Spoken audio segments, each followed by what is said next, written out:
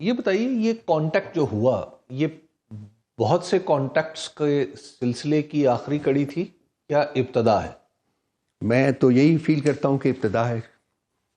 اس کے آگے میں تو آگے دیکھ رہا ہوں، فیوچر میں دیکھ رہا ہوں، مستقبل میں دیکھ رہا ہوں. جی ڈونلڈ ٹرمپ صاحب آ گئے اقتدار میں، کیا اب آپ کو لگ رہا ہے کہ پاکستان کی سیاسی صورتحال پر ان کے بھی کچھ اثرات آئیں گے؟ میرا خیال ہے کہ یہ جو آپ کو تھوڑی بہت لیٹیچیوڈ نظر آیا ہے اب تک، وہ اسی کی وجہ سے ہے. ایکسٹرنل پریشر بہت زیادہ ہے.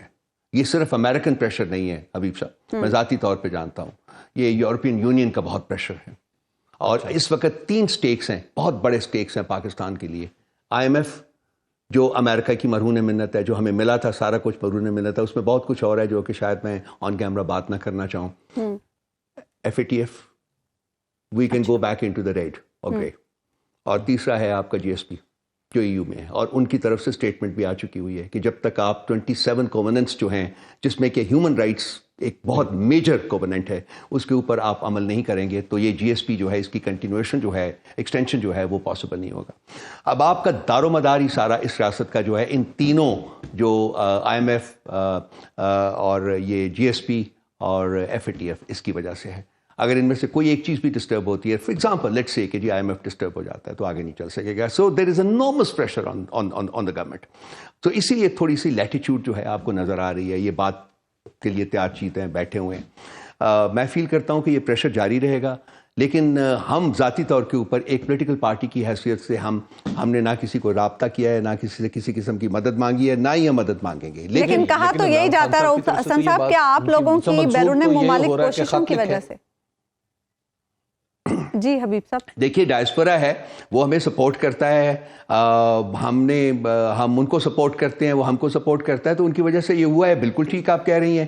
تو اس میں تو کوئی میں نے صرف یہ عرض کیا تھا آپ کے ساتھ کہ ایک پولیٹیکل پارٹی کی حیثیت سے، ایک سیاسی جماعت کی حیثیت سے ہم نے کوئی فارمل کسی کو اپروچ نہیں کیا جی کہ آپ ہماری مدد کریں، اور اب بھی ہم نہیں اپروچ کریں گے. ہاں ان کو جو حقائق کا علم ان کو آلریڈی ہے، یہ EU کی پروٹیسٹ جو آئی ہے، یا یہ وائٹ ہاؤس کی سٹیٹمنٹ آئی ہے، یا FATF کی طرف سے حکومت برطانیہ کی طرف سے آئی ہے، یا کانگریس میں ڈسکشن ہوئی ہے، ہاؤس آف ریپرزینٹیٹیوز میں ہوئی ہے، ہاؤس آف کامنز میں ہوئی ہے، وغیرہ وغیرہ، یورپین یونین کی پارلیمنٹ میں ہوئی ہے.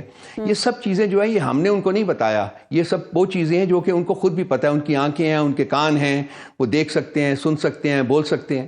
تو یہ صرف یہ کہنا جی کہ ہم کوئی ایک خاص ایک ایفرٹ کر رہے ہیں تو وہ اس کی وجہ سے نہیں ہے. جو اس وقت یہاں ہیومن رائٹس کی کنڈیشن ہے جو مفقود، جو برا حال ہے، اور جو پچھلے 2.5 سال میں ہوتا رہا ہے، آپ کا خیال ہے کہ کیا وہ دنیا سے چھپی ہوئی ہے؟ وہ بالکل چھپی ہوئی نہیں ہے. لازمی بات ہے اس کے اوپر ایک رسپانس آئے گا ویسٹ کا، اور آیا بھی ہے. اور میرا خیال ہے کہ آنے والے وقت میں اب جب کہ امریکہ میں ٹرانزیشن ہوئی ہے، یہ جو رسپانس ہے یہ زیادہ شدت اختیار کرے گا. تو آپ کو کیا لگتا ہے کہ ایسے حالات پیدا ہو جائے، ظاہر ہے آپ کی جو الٹیمیٹ گول ہے وہ تو یہ ہے کہ الیکشن ہو، تو آپ کو کیا لگتا ہے کہ آپ اس گول تک کب اور کیسے پہنچ جائیں گے؟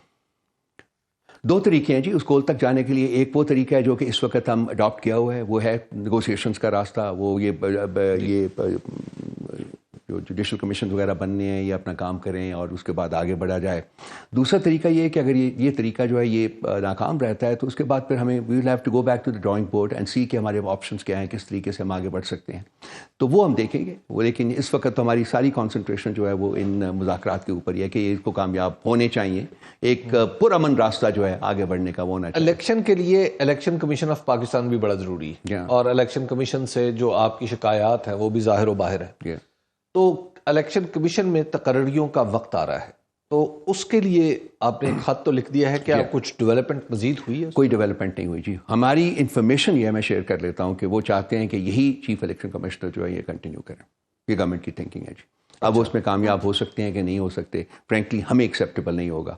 لازمی بات ہے ہم اس کو اپروچ کریں گے. انہوں نے لا وغیرہ بھی چینج کر دیے ہیں، آپ کو پتہ ہے سارا کچھ ہے. تو یہ ایک دیر از a method in this madness.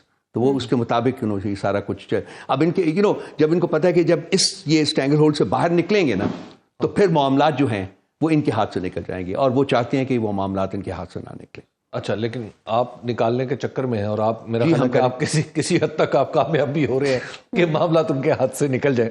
یہ بتائیے گا کہ اب اس وقت اس بات کا کتنا چانس ہے کہ ایک بات کہی جا رہی ہے کہ امریکہ کو مینج کر لیا، بہت سارے لوگ حکومت کے اندر یہ بتاتے ہیں کہ جناب ساڑی گل ہوگی، تو یہ بھی تو ہو سکتا ہے کہ ان کی گل ہو جائے اور آپ کی نہ ہو؟ اچھا، میں آپ کو کنفرم کر سکتا ہوں اس وقت آن کیمرہ کہ ان کی کوئی بات نہیں ہوئی ہے وہاں. اچھا، ان کی انہوں نے گل نہیں کرنی، انہوں نے دال نہیں گلی. اچھا، ان کی دال نہیں گلی. بالکل.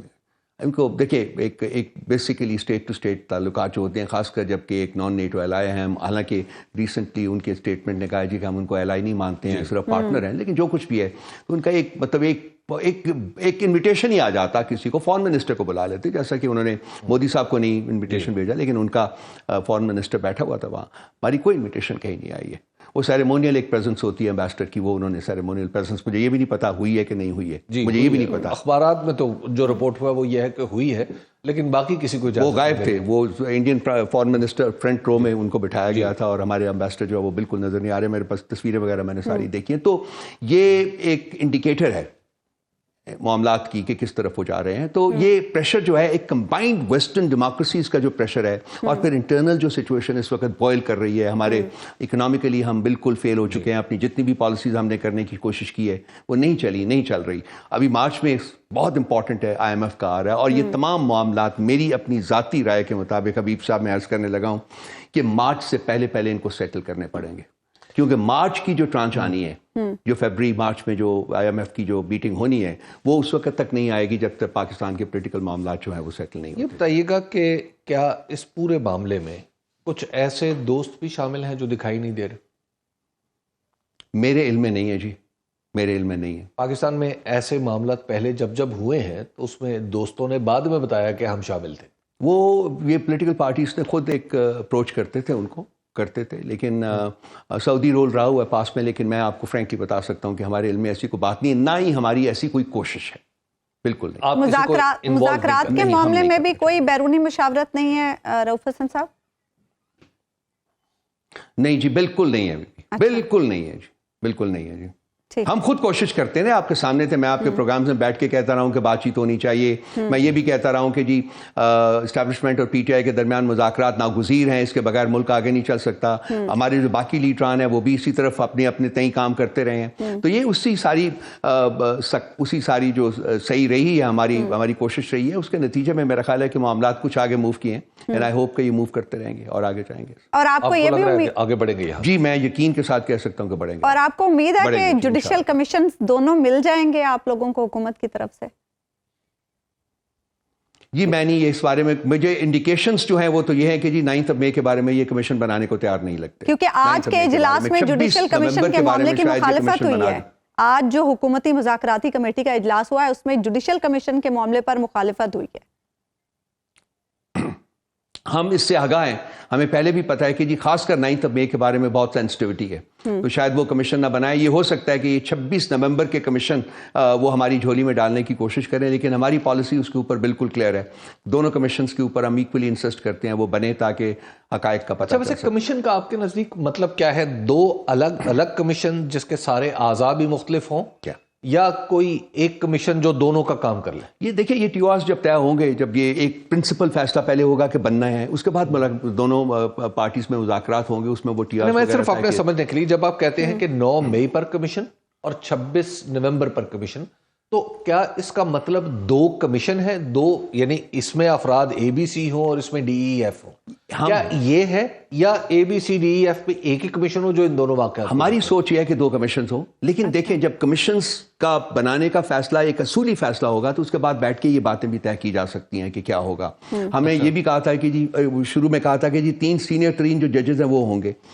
لیکن اب ہم نے اپنے جو لیٹر میں ہم نے اس کو اپروچ کو چینج کیا ہے. ہم نے یہ کہا ہے کہ جی باہمی ڈسکشن سے، باہمی مشاورت سے ان کے ججز جو ہیں ان کی بھی تعیناتی کی جائے گی. تو یہ چھوٹے معاملات ہیں، TORs کے معاملات ہیں، یہ طے کیے جا سکتے ہیں. میرا نہیں خیال اصولی فیصلہ جو ہے وہ زیادہ امپورٹنٹ ہے، یہ مانے حکومت مانے.